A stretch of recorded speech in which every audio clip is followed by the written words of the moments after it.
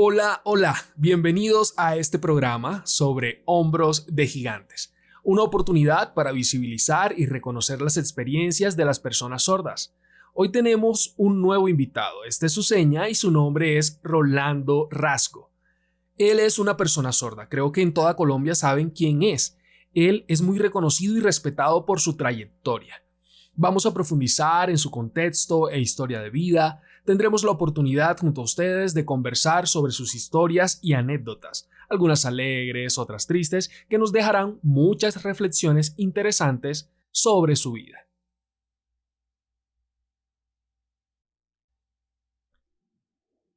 Bienvenido, Rolando. Muchas gracias por la invitación. Me presento, esta es mi seña y mi nombre es Rolando Rasgo. Este apellido es único, no es muy conocido, proviene de mi abuela que pertenecía a una de las comunidades indígenas que habitan la Sierra Nevada de Santa Marta. Sí, antes he tenido la oportunidad de ir. ¿Cómo es la seña? Sierra Nevada de La Santa Sierra Marta. Nevada de Santa Marta. Allí hay un parque natural muy bonito cerca al mar. Bueno, Rolando, para empezar te quiero preguntar, de lo que me han contado, hay algo muy interesante sobre ti y es que eres el primer modelo lingüístico del país. Cuéntame un poco de ese proceso, cómo te seleccionaron, cómo nació esa figura. Bien, gracias. Resulta que hace muchos años participaba en una organización de personas sordas, más para charlar e interactuar, hasta que gracias a FENASCOL e INSOR, que organizaba distintos encuentros sobre comunidad, educación, sociedad, servicio de interpretación, empecé a interesarme por todas estas temáticas y participaba de manera muy amplia y expresiva en estos encuentros, generando reacciones positivas. Luego participé en Ordesor, cuya sigla significa Organización Deportiva de Personas Sordas, liderando actividades de formación en valores, teatro, artes y otras actividades programadas, en las que las personas sordas asistían forjándose una unión entre ellos. Gracias a esto me preguntaba qué es eso de comunidad, algo desconocido para mí. ¿Qué es eso de los derechos de la comunidad sorda? Y otras cuestiones que me hacían reflexionar. Luego las mismas personas sordas del grupo se acercaban a charlar conmigo porque era un líder negativo, ya que yo interactuaba de forma cómica, les hacía chistes y se la montaba a algunos, no de manera agresiva, sino para que despertaran y no fueran tan bobos, que pensaran en ellos mismos, no eran consejos amables, sino que de forma directa lanzaba las críticas para que despertaran. En distintos sitios como bares u otros contextos, las personas sordas me veían y se acercaban a charlar conmigo. Esto llamó la atención de Lumari Plaza, la directora del INSOR, y me escogió e ingresé por primera vez a la institución en Ah, 1996, no como comunicador. modelo, sino como comunicador. Sí, comunicador. Me mandó a ser comunicador. ¿Comunicador? No sabía qué significaba eso e ingresé con mucha incertidumbre sobre lo que tenía que hacer. Cuando ingresé a las aulas me encontré con estudiantes sordos grandes de 17, 16 años y recordé la primera vez que yo ingresé al INSOR a mis 9 años. Era muy curioso ver estudiantes tan grandes. Recuerdo que su lengua de señas era muy extraña para mí. Por ejemplo, veía esta seña que yo interpretaba como agua, pero que ellos utilizaban para decir vamos a tomar sopa. Veía esta seña y no entendía, pensaba que era un muro pero significaba apartamento, era muy confusa su lengua de señas y esto se debía a la incidencia de los profesores oyentes. Entonces yo, a partir de la interacción, empezaba a corregir las producciones de los estudiantes contándole cosas, charlando, preguntando, interactuando de forma natural, sin una planeación escrita detallada. Me mandaban a distintos espacios a charlar, vaya educación física, a clase de artes, a teatro, a la biblioteca, me asignaban todas estas responsabilidades y no tenía claro qué era lo que estaba haciendo en particular. Bueno, voy a educación física, voy al taller de padre, voy a distintos espacios, así por un tiempo. Luego, gracias a, bueno, en algunas mesas de trabajo había un grupo de compañeros que defendían los procesos de oralización y otro grupo promovía el uso de la lengua de señas, pero en estos espacios no había servicio de interpretación. Allí se tenían fuertes discusiones frente a una metodología u otra, lo educativo o lo terapéutico. Las personas sordas mirábamos esas discusiones sin entender absolutamente nada hasta que en una de estas ingresó Marcela Castañeda, quien ya tenía experiencia participando en Ordesor y en FENASCOL con la comunidad sorda, preguntando qué era lo que estaba ocurriendo y por qué no había intérpretes para las personas sordas. Ella se ofreció como intérprete en las reuniones y logramos comprender y participar en estas discusiones, tomando una posición opuesta a los que proponen procesos de oralización, porque no tienen la experiencia de ser sordo. Estas discusiones continuaron hasta diciembre de ese año, cuando se toma la decisión de cerrar los procesos de rehabilitación oral y transformar la escuela para hacer uso de la lengua de señas y crear el PEVI. También se creó la guardería, donde se hablaba lengua de señas a los bebés para promover la adquisición temprana. Allí Paulina hablaba del bilingüismo en el cuidado e interacción con el bebé. Yo no entendía qué era eso del bilingüismo, del biculturalismo, y le pedía explicaciones. Ella nos explicó varias cosas, como que yo tengo cultura sorda y que es distinta a la de mis padres, y que allí hay contextos biculturales. Yo empezaba a tener claridad sobre estos conceptos. Paulina nos orientó muy bien. Además, ver esos niños tan pequeños hablando lengua de señas, ver a Camilo, a María, a Alejandra, a Paula, a Diego, Cristian, David, Juan José, con esas manos tan chiquitas, fue precioso. Yo estaba acostumbrado a ver la lengua de señas de adultos, pero ver a estos niños era hermosísimo. Mientras yo estaba trabajando en la escuela, apoyaba procesos en la guardería.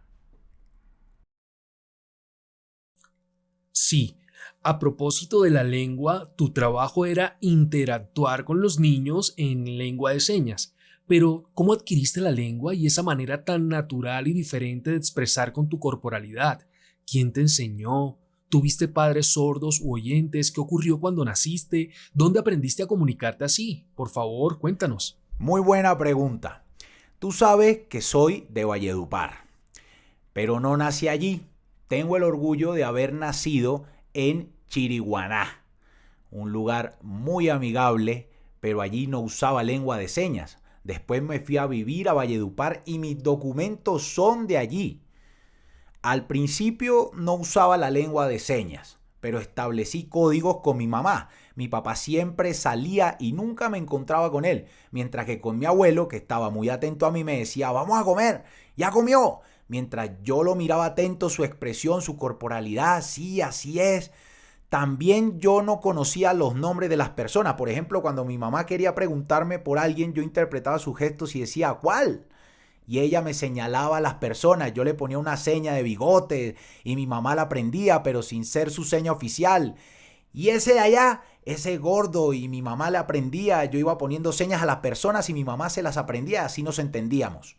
Mi mamá estudió secretariado en el SENA y cuando se graduó se fue a vivir a Bogotá. Me dejó al cuidado de mi abuelo, quien es una persona muy amable, pero también es muy grosera.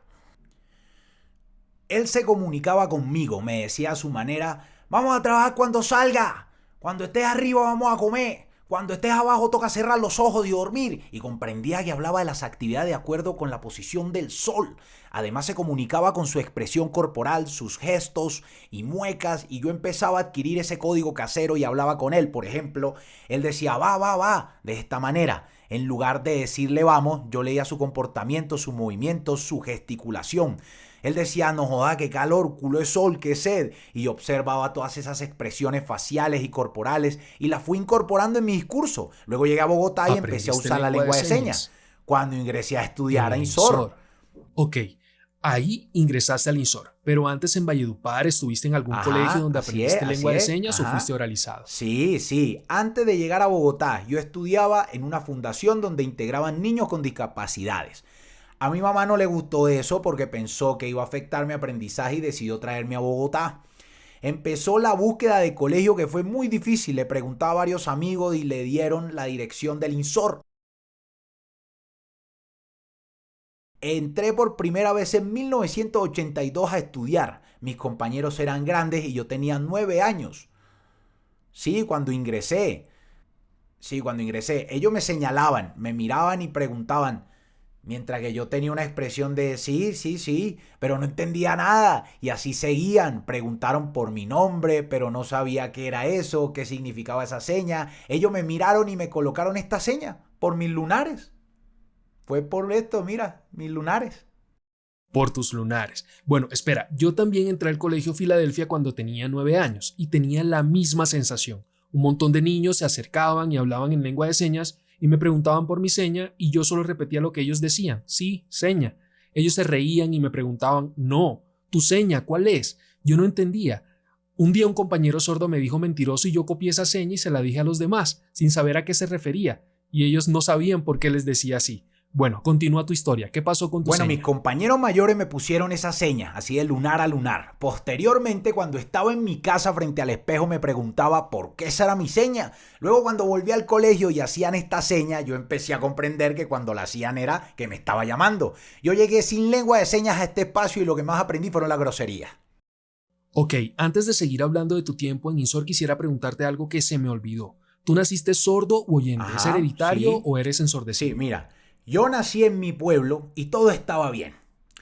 Al llegar a Valledupar, tuve una fiebre muy fuerte, una infección en la garganta que me produjo fiebre y que afectó mis oídos.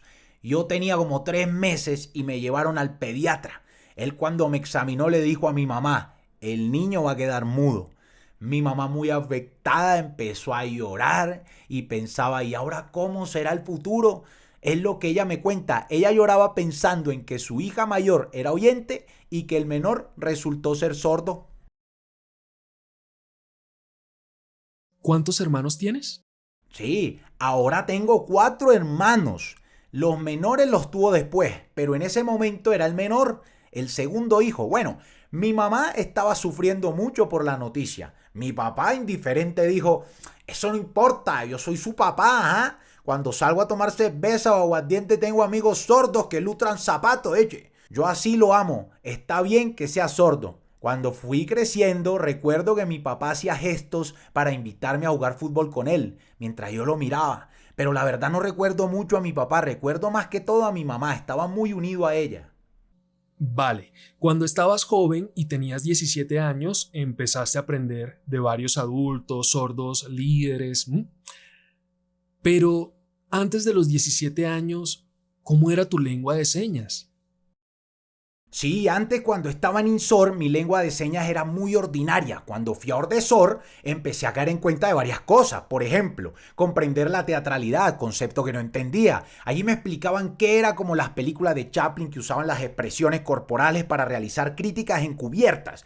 Y tenía sentido para mí. Fui practicando mucho. Pues me interesaba usarla para el humor, pero haciendo el mismo tipo de crítica. Por ejemplo, muchas personas sordas copiaban los gestos del cura o de las imágenes religiosas. Ya ve que colocan su mano así, entonces hacía una imitación errónea de esta manera, ver mis manos haciendo pistola en esta posición, aquí, en esta posición, pensando que la imagen te invita a que te deje robar, porque la interpretación que se le daba era que no estaba ofreciendo una bendición, sino que es una invitación para quedarte con tu dinero. Después nos explicaron a profundidad qué es la comunidad sorda y cuáles son sus derechos.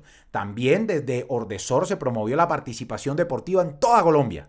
Entonces, cuando entraste a Ordesor en lo deportivo, ingresaste como uno de los primeros líderes. Cuéntanos qué Gracias a los pasó. líderes de la asociación yo aprendía mucho. Luego le llevaba lo aprendido a los estudiantes sordos del INSOR y yo estaba de aquí para allá. En las noches estaba en la asociación y estudiaba lunes a viernes en la mañana. Todos los viernes era en la asociación de sordos y de lunes a viernes estudiaba en las mañanas en INSOR. Poco a poco me di cuenta de ciertas cosas que pasaban en INSOR e invitaba a mis compañeros a las reuniones de la asociación. Me lo llevaba por su bienestar e interés. Pero algunos de ellos no querían acompañarme por miedo a que sus mamás les pegaran. Eso fue hace muchos años, donde no existía la manera de llamar a pedir transporte. Yo los seguía invitando y progresivamente me arrastraba a un grupo grande de compañeros. Los invitaba a las distintas actividades como a jugar microfútbol y me los llevaba. Los invitaba a un bar sin importar las críticas y cada vez convocaba más gente para que asistieran a la asociación de sordos. Yo quería que participaran allí y lo llevaba y lo llevaba y lo llevaba. Después me di cuenta de que si era un líder, pero un líder negativo. Yo no seguía las reglas de la Hacían asociación. cosas Sí, escondidas. dependía, sí. Estando ahí, fui consciente de varias cosas. Luego, gracias a FENASCOL, que convocó a una charla sobre comunidad con representantes de FENASCOL y de INSOR, pero en ese momento no había servicio de interpretación oficial. Los intérpretes eran personas cualquiera, como No era un Margarita, Ginette, servicio oficial, Mariana. traían a Ellas que cualquier persona. prestaban un servicio informal de interpretación vestidas de negro. Margarita hacía una preparación del servicio para estas charlas. Yo estaba atento a estas charlas, aprendiendo mucho y como miembro de la comunidad cuestionaba tantas cosas y por eso me invitaron a interactuar en las actividades deportivas de la asociación. En mi primera participación deportiva fui a Cali. Era la primera vez que iba. Me di cuenta de las diferencias en la lengua de señas. Cuando fui allí preguntaron por mi nombre y yo respondí. Al presentarse la otra persona usó esta seña.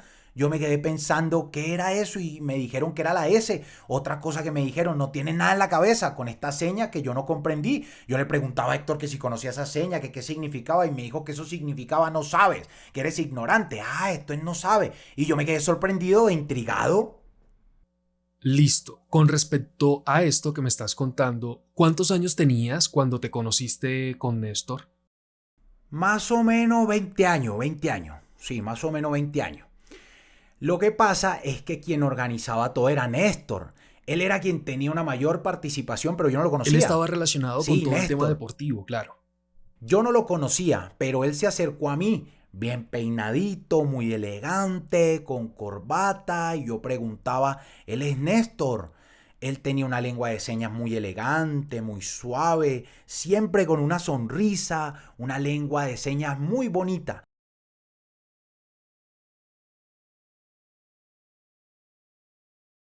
Me lo presentaron. Mucho gusto, Néstor. Mucho gusto, Rolando.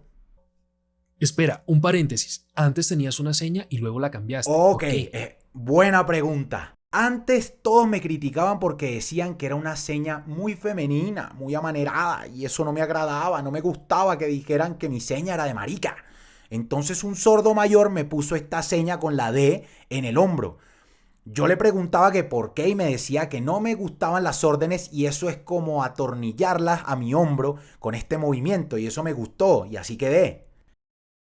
Ajá, sí. Bueno, se presentó, me presenté y comenzamos a reunirnos con frecuencia. Él empezó a contarme cosas muy interesantes, cuentos de historias muy buenas, porque él tenía experiencia al haber recorrido toda Colombia y toda la gente lo reconocía. Yo le aprendí mucho sobre las competencias deportivas, me llevaba a la organización de campeonatos de fútbol y yo veía que tenía mucha habilidad para la parte financiera. Después cuando fuimos a Medellín, veía que las personas sordas se le acercaban, así como a mí me pasa en Bogotá. Él me presentaba como su amigo, hincha del América, modo de juego. Lo que yo vi allí fue muy hermoso. La lengua de señas usada era tan descriptiva, con una amplia expresión corporal hermosa. Y Néstor tenía amigos ya grandes. La lengua de señas era muy expresiva, suave, Hermoso, natural. hermoso, Sí, me he dado cuenta. natural. Sí, muy hermosa. Por ejemplo, algo que yo vi muy bonito en Cali con un amigo, él hacía esta descripción. Hacía una descripción del comportamiento del ave u otra descripción y me quedé sorprendido, pues eran muy diferentes formas. Aquí las descripciones son cortas, mientras que allá hacían más ampliaciones. A propósito de eso, tengo una reflexión. No la mayoría, solo algunos de los jóvenes de las nuevas generaciones tienen formas muy pobres de describir en lengua de señas en comparación con las generaciones anteriores, como la tuya, en la que eran mejores. ¿Cómo se dio ese aprendizaje? ¿Quién te enseñó? Cuando era niño mis narraciones descriptivas eran muy flojas y me doy cuenta que tu discurso es muy fluido, de pensamiento rápido y muy funcional. Analizo y me pregunto ¿por qué? ¿Mi aprendizaje o el tuyo? Tú, ¿cómo aprendiste Ajá, a expresarte así en lengua de señas? Ya nos contaste sobre tu familia y tu contacto con la comunidad sorda, pero ¿qué otras personas te enseñaron o fuiste tú mismo quien aprendió a expresarse de esa manera? Sí. Por ejemplo, en las visitas de Cali y Medellín, yo integré esa manera de comunicar tan bella en lengua de señas. Pero espera, lo que pienso es que voy incorporando todas esas experiencias. Por ejemplo, cuando me encontraba con alguien y hacía una descripción del ave, mostraba que había apropiada la experiencia de otro sitio. Bueno, pero ¿por qué Néstor me narraba de esa manera? Pues es que él veía qué pasa en una finca todos los días. Y así muchos estudiantes que iban a Ciesor. Lo mismo en Cali, en el colegio también hablaban de lo que veían, del pollo escarbando y eso lo iban incorporando en la lengua de señas. No era solo la seña de pollo, sino que incorporaron la descripción de las conductas de este, porque era lo que estaba en la finca.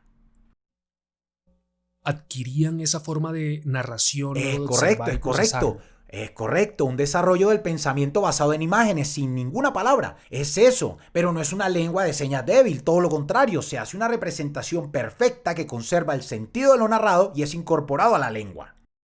Ok, se hace la descripción de cosas, animales o personas y es posible asociarla con groserías, ¿es Es correcto? correcto. O para criticar a alguien, colocarle algo de humor y demás. Así se usa. Bueno, por ejemplo, hay sordos que se expresan muy bien en lengua de señas y otros piensan que lo mejor es usar el español. Abordemos este tema. ¿Tú sientes algún tipo de rechazo al español y piensas que lo mejor es la lengua de señas o piensas que el español es importante? Espera, para mí ya está claro. Sí, al interior de la comunidad existen varias personas que saben español, leer y escribir.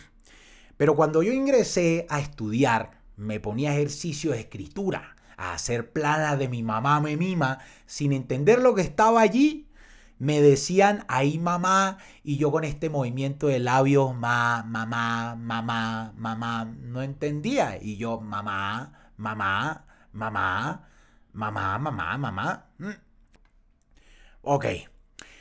Luego, cuando me enseñaron a escribir, la verdad era muy malo para el estudio, fui muy En malo. todas las Sí, materias. para todas las áreas. Bueno, no para matemáticas, yo sabía de matemáticas porque yo jugaba piquis, cartas, dominó, dados, muchos juegos y era fácil.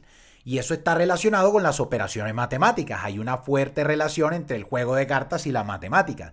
Ahí jugábamos mucho y eso estaba relacionado con las operaciones. Eso es lo que se ve. Uno veía jugando mucho a los sordos en la calle, así como dados o dominó, y esa experiencia me ayudó para ser bueno en matemáticas. Y educación física, para esas dos era bueno. Bueno, ¿por qué no me gusta escribir? Lo que pasó fue que yo escribía y me sentía superior, pero no comprendía bien los conceptos que escribía. Me decían, vamos a la tienda y escribe una nota. Pero no estaba en español, se lo pasaba a los oyentes. Los oyentes leían la nota y se miraban entre ellos intentando entender y se demoraban mucho en entregarme los productos. Tenían que llamar a otras personas para leer la nota, pero no se entendía. Al ver su rostro me asustaba mucho y me sentía mal, arrepentido por mi vanidad mostrando mi escritura. Al no obtener lo que quería empecé a señalar, deme esa bebida, deme eso y así. Y allí rechacé la escritura y me comunicaba mejor señalando lo que quería y ya. Por esas reacciones y que no me entendieran la rechacé, señalaba y ya. Sí, tengo una amiga a la que le digo que escriba y ella dice que no porque los oyentes se burlan de su escritura y por eso decidió no escribir más. Ahora lo asocio con lo que me estás contando, esa sensación de malestar. Claro, la lengua de señas es importante, pero ¿qué sientes sobre el español escrito? ¿Crees que es importante escribir y que eso pueda cambiar nuestra perspectiva y hacernos amar el español? Cuéntanos. Claro, claro, eso es lo que hace un modelo lingüístico. Esa es la labor del modelo.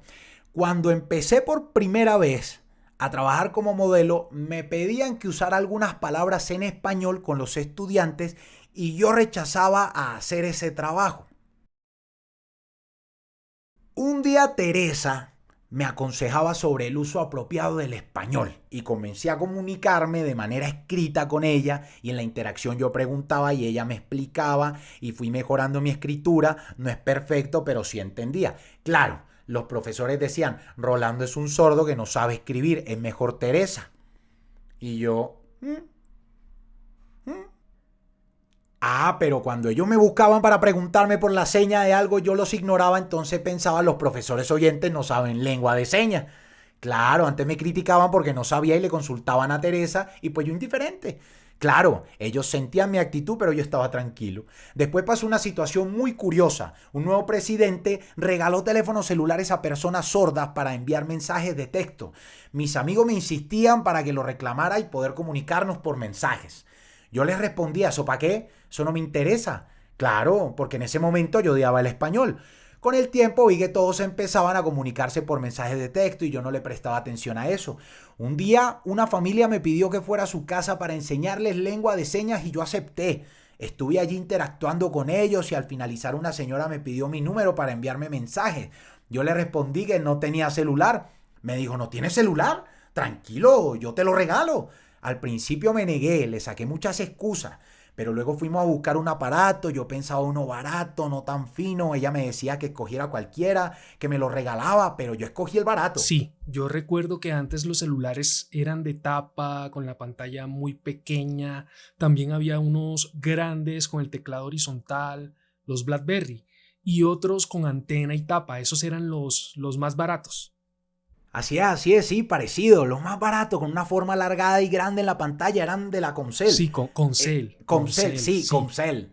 Sí, Esos exacto, tenían el juego Comcel. de la Sí, es culebrita. correcto. Era de eso de Comcel. Me entregaron esa caja y yo estaba agradecido y apenado. Me explicaron de su calidad y yo no tenía ni idea cómo usarlo. Solo decía muchas gracias. Yo estaba arrepentido de recibirlo porque seguro mis amigos se iban a burlar de mí. Fui donde Luis y le pedí ayuda. Él se conmocionó mucho y les contó a los demás. Ellos se burlaron de mí, yo estaba arrepentido de mis palabras. Y pues sí, necesitaba ayuda para escribir los mensajes de texto. Ahí mi escritura era muy mala. Si una persona oyente me enviaba un mensaje, yo dependía de la ayuda de otros para comprenderlos. Si yo tenía que enviar un mensaje, le pedía ayuda a otros para que escribieran por mí. Así durante un tiempo. Por ejemplo, para escribir correctamente los tiempos verbales, no sabía y enviaba con algo de pena los mensajes. Ya con el tiempo gané habilidades para eso. Claro, no escribo perfecto el español. Por ejemplo, algo chistoso, en una ocasión le escribí a Luis para invitarlo a mi casa. Le escribí, ven a casa. Luis leyó el mensaje, yo me quedé esperándolo, pero nunca llegó. Al otro día le pregunté por qué no había ido a mi casa y él entendió que yo era quien iba a su casa. ¿Qué palabra usó? Venga a mi casa. Casa. Bien, está bien. ¿Qué fue lo que interpretó Luis? ¿Que él te Sí, que esperaba yo allí? iba a ir a su casa. Mira eso. Chistoso, Luis me corregía muchos errores y pues estaba bien, poco a poco empecé a mejorar en mi escritura. Los demás se burlaban de mí y me decían, uy, ¿cómo ha mejorado en el español? ¡Bravo! Luego llegó una nueva tecnología y se podían hacer videollamadas y hablar en lengua de señas. Eso me tranquilizó mucho. Les decía, vean, ya puedo hablar en señas con otra persona, se acabaron los mensajes en español.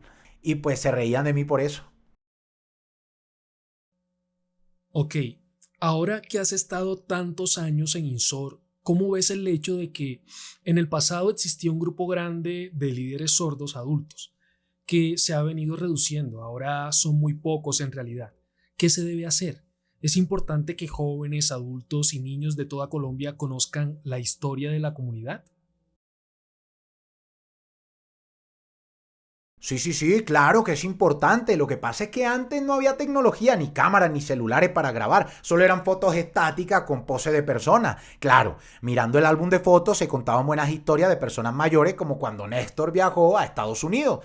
Pero es la interpretación que se tiene de la fotografía y lo mejor es tener videos en lengua de señas.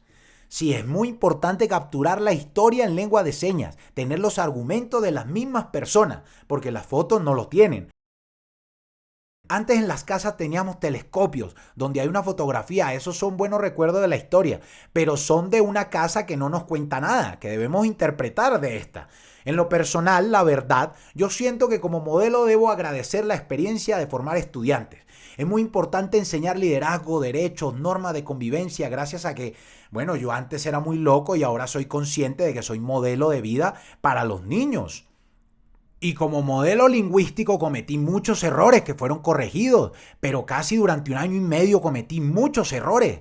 Pero también los profesores cometieron muchos errores con la lengua de señas. En mi caso fui muy fuerte y exigente con los niños, un poco violento. Me di cuenta de los errores que cometí y veo que una educación tradicional no es adecuada para ellos.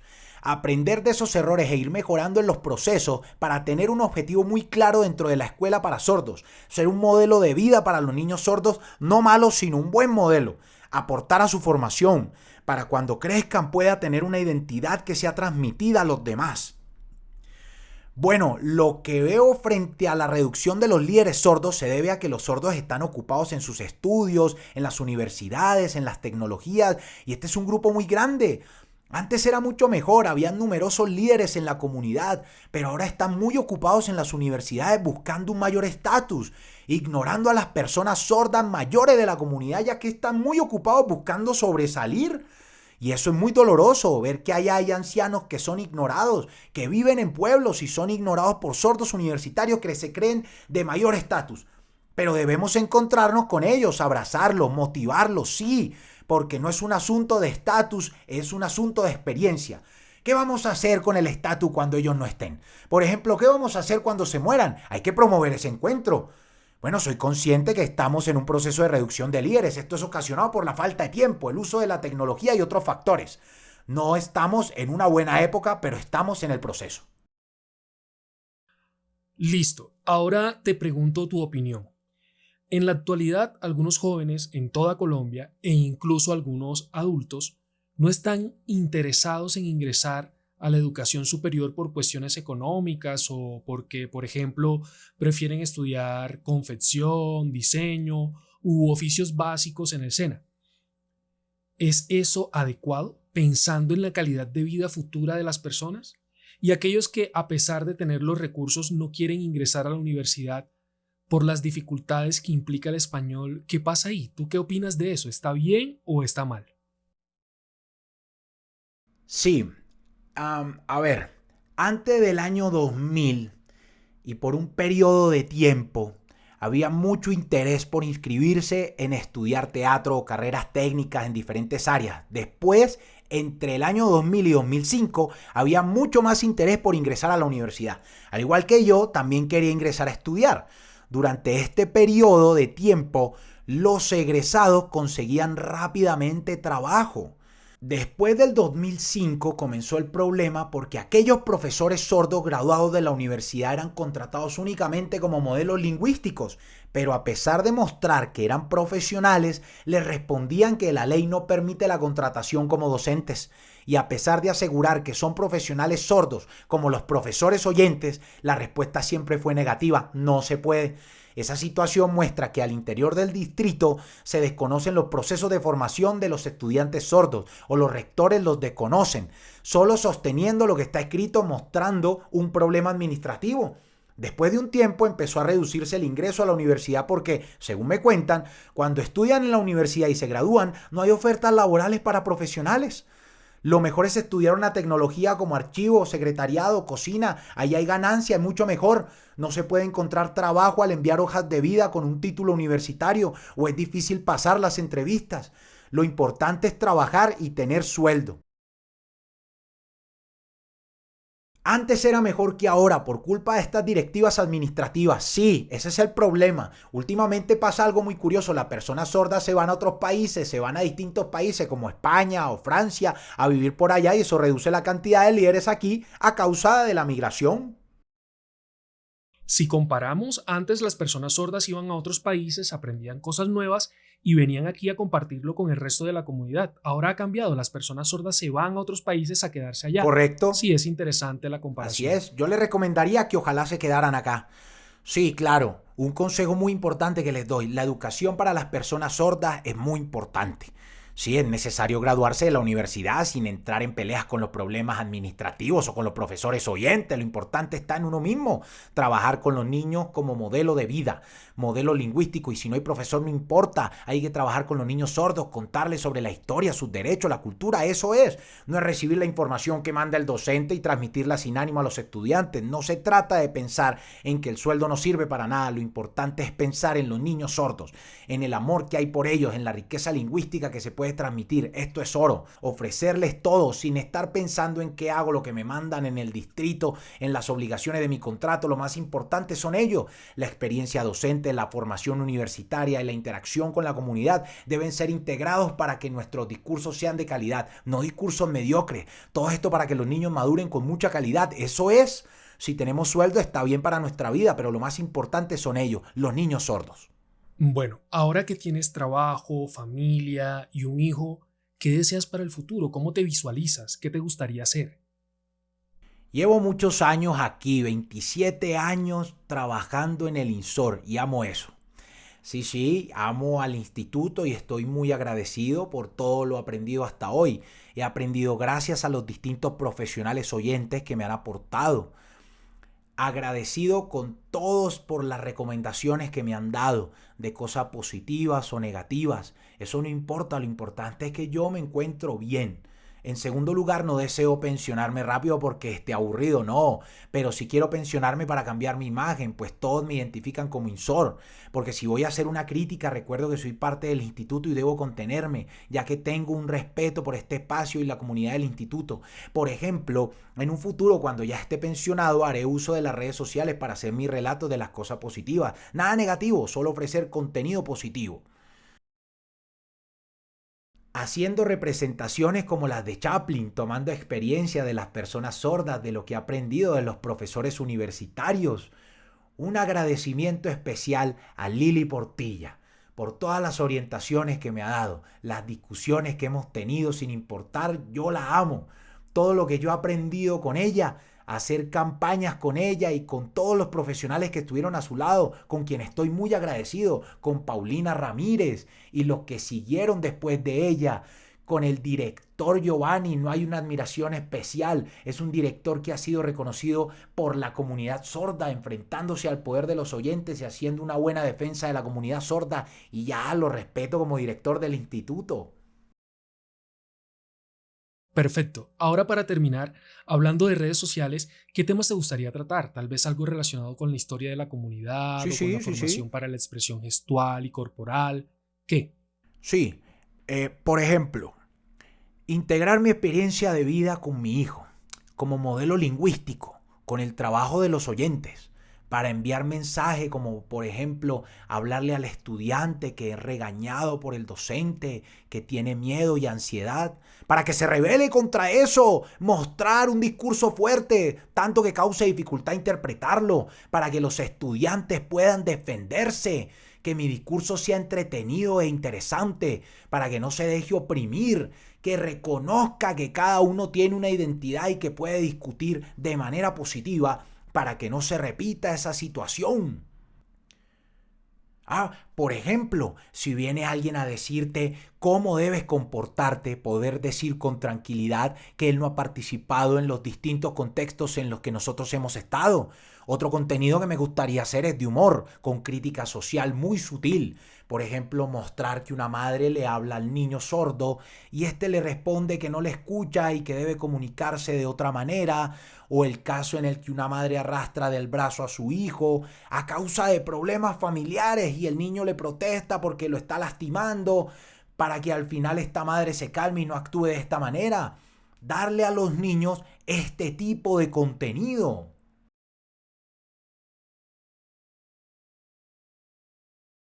Y claro, cuando se presenten situaciones de crítica, pues aceptarla, reconocer el rol que tengo y corregir si cometí un error. Pero si son muchas las críticas, entonces tendré que analizarlas y responderlas de manera indirecta, como por ejemplo en la película de Kid de Chaplin, donde cuida al niño. Él le pide al niño que rompa un espejo para hacer negocio con este acto, mostrar una reflexión sobre el hecho que un adulto pida a un niño que rompa un vidrio, preguntar qué piensan de esto y que me puedan responder que yo no me dejo manipular para romper vidrios por dinero, y seguir cuestionando, buscando ese tipo de pensamiento crítico.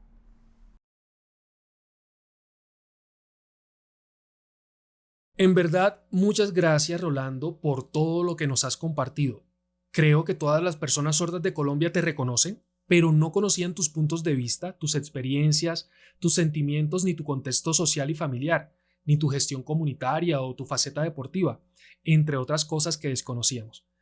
Personalmente te conozco desde hace tiempo, pero no sabía muchos aspectos de tu vida. Te agradezco mucho por brindarnos este tiempo tan divertido, donde nos contaste tus historias, algunas con toques picantes, con toda esa expresividad que te caracteriza. Muchísimas gracias.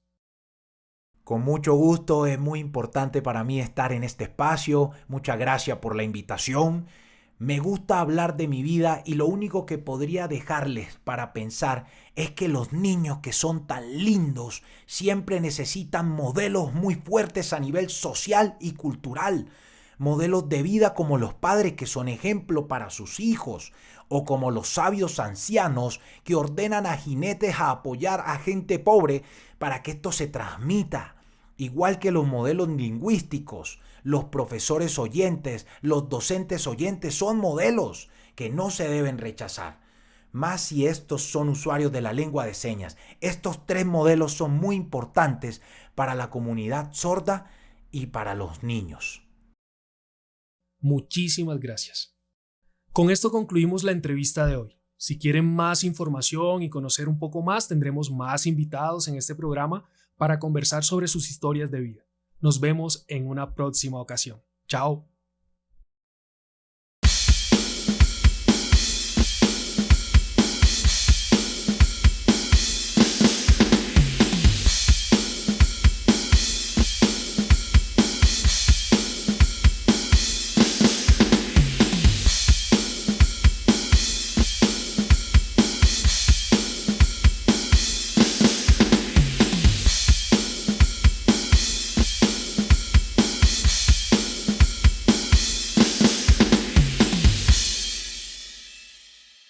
Instituto Nacional para Sordos, INSOR.